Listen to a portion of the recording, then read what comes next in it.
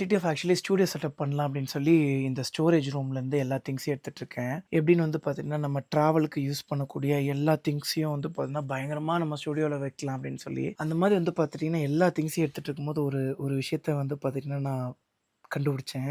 என்ன விஷயம்னு வந்து பார்த்துட்டிங்கன்னா, நம்ம கட்டெரும்போட பின்னாடி இருக்கக்கூடிய அந்த கொடுக்கு.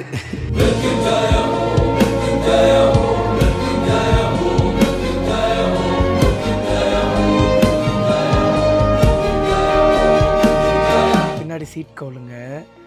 ஸோ இத போட்டுட்டோம்னா பின்னாடி யாரும் உட்கார முடியாது. வண்டிக்கு சும்மா அவ்ளோ அழகா இருக்கும். இது வந்து நம்ம சுசுகி ஹயாபுசா வந்து பார்த்துட்டிங்கன்னா, நமக்காக வந்து பார்த்துட்டிங்கன்னா அன்பளிப்பா குடுத்தாங்க இத. Thank you Suzuki. சுசுகி தான் நெறைய வாட்டி வந்து பார்த்துட்டிங்கன்னா, எனக்கு சூப்பரா பண்ணி தரீங்க. ஸோ டிடிஎஃப் பயங்கரமா வந்து பார்த்துட்டிங்கன்னா, நம்மளோட டிடிஎஃப் ஆஃபீஸ ரெடி பண்ண போறேன்.